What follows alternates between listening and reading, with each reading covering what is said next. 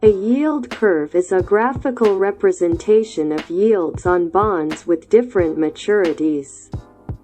The most common example is the government bond yield curve, but it is very well possible to render a yield curve for other types of bonds, such as corporate bonds, high-yield bonds, etc.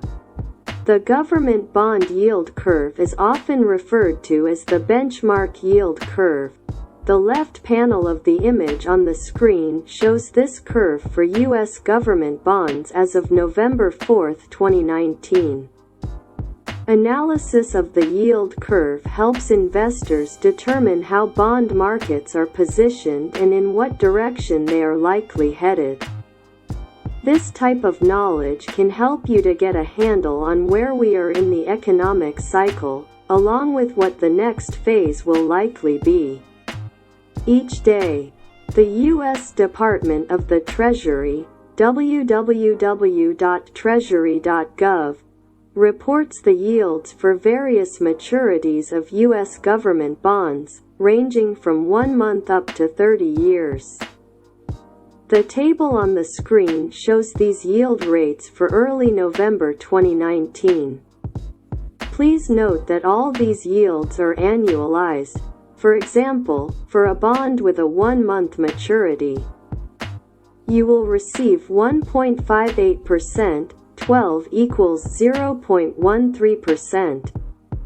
While yield curves can be built using data for all these maturities, having so many shorter-term yields on the curve usually does not add much value.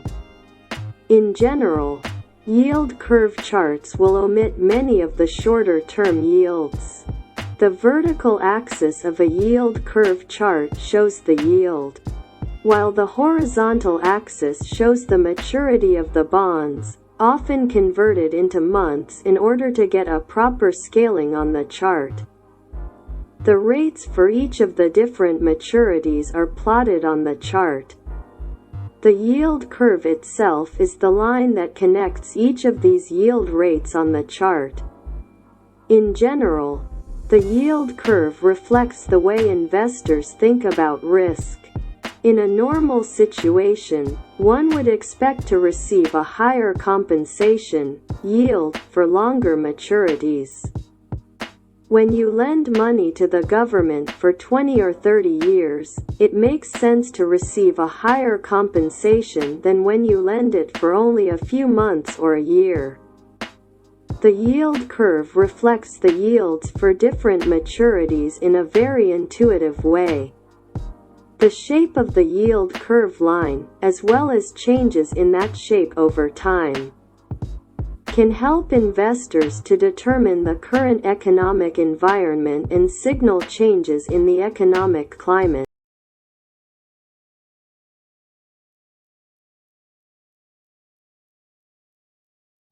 Essentially, there are 3 possible shapes that we can see in the yield curve. A normal curve has short-term rates lower than long-term rates. An inverted curve has short-term rates that are higher than long-term ones, and a flat curve has short and long-term rates that are roughly the same. In a normal yield curve, the yield on shorter maturities is lower than on higher maturities. The yield curve line curves gradually upward, with the increase of yield decreasing towards longer-dated bonds. The thinking is that the shorter the maturity, the less risk for the investor and, therefore, a lower yield compensation than for longer-dated bonds. A normal-shaped yield curve is usually seen in an economic environment that shows normal growth and limited to no changes in inflation or available credit. The chart on the screen shows the yield curve on March 12, 2010, as the economy was starting to recover from the Great Recession. The curve is fairly steep, which is common early in a recovery period. The S&P 500 chart on the right shows the stock market beginning to recover from its low point the previous year. An inverted yield curve refers to a situation where the shorter dated bonds offer a higher yield than the longer ones. Despite the name, an inverted yield curve does not have to be completely inverted. Sometimes only parts of the curve are inverted. This can cause humps or dents in the curve as we would expect it to be shaped. An inverted curve is usually seen as a signal that economic growth will soon stabilize or reverse, maybe even signaling the start of a recession. This is caused by investors thinking that the period of economic growth is or will soon be over, making them more likely to accept lower rates before they fall even further. This process can cause partial yield curve inversions. Inverted yield curves are relatively rare. When they do happen, they tend to draw a lot of attention. The example on the screen shows the inverted yield curve on August 24, 2000, in the midst of the dot-com bubble bursting. The S&P 500 chart on the right shows that the stock market began a major downturn around the time of this inversion. When people talk about the yield curve inversion, they usually refer to the 10Y2Y segment. The curve is considered inverted when the 10-year yield is lower than the 2-year yield. We can see that this was the case on August 24, 2000 in the yield curve chart on the screen. Another way of showing that relationship is by drawing a chart of the difference between these two yields, $UST10Y, $UST2Y, as shown in the chart on the screen. When this relationship dips on the screen 0, the 10-to-2 curve is inverted. The difference chart shows us that the yield curve was inverted for most of the year 2000, corresponding with the dot-com bubble bursting. When the yield curve is flat, the yields are, more or less, the same across all maturities. This means that you will receive roughly the same compensation for lending your money out for 2 years versus 30 years.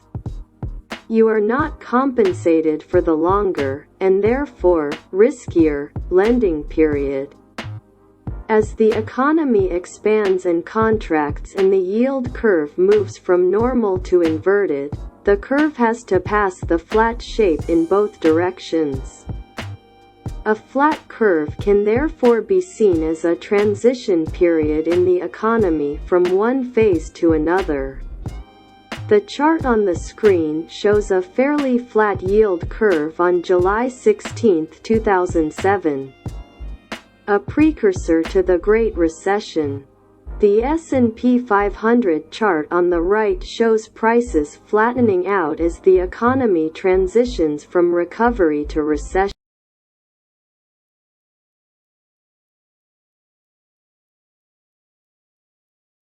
Changes in the shape of the curve over time are measured by the slope of the yield curve. When there is a big difference between the short and the long end of the curve, it is considered to be a steep curve. When there is very little difference between the two ends, the curve is considered to be flat. The changing of the curve from steep to flat is often referred to as flattening. Similarly, the changing of the curve from flat to steep is called steepening. This steepening and flattening of the curve can help investors to signal changes in the economic climate. The yield curve is said to be flattening when long yields come down while short yields go up, which decreases the difference between the two and makes the slope less steep.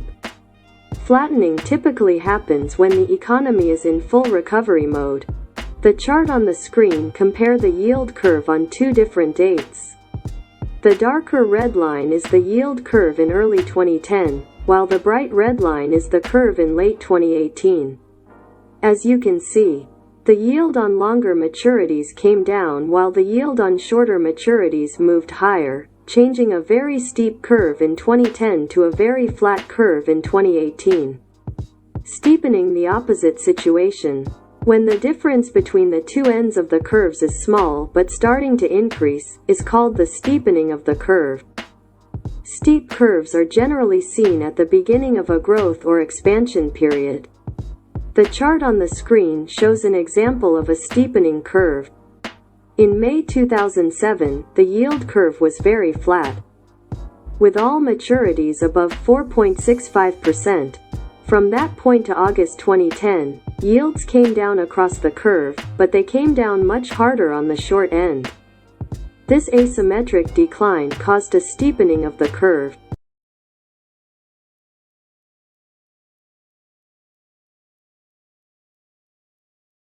This information on the direction of rates and the change in the shape of the curve is often used to determine where we are in the economic cycle, sometimes referred to as the business cycle.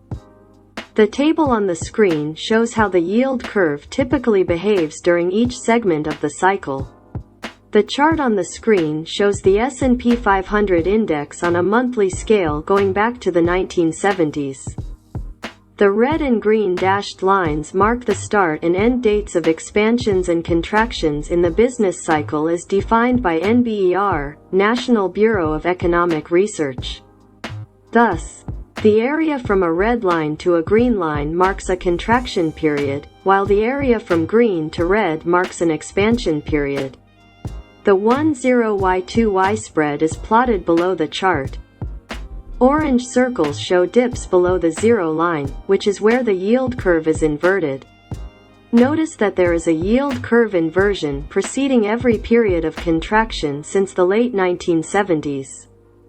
As predicted by the table on the screen, the yield curve is typically inverted or flat at the beginning of a recession. It is not so much that the current shape of the yield curve can help us to solve the financial puzzle, but more so that the transition and the changing of the shape of the curve over time will provide us with clues to the potential future direction of the economy. Combining the information that you can extract from the yield curve with the known behavior of the yield curve, in relation to the various stages of the business cycle, can help to determine where we are in the cycle, which will then help you decide between a risk-on or risk-off approach to your investments.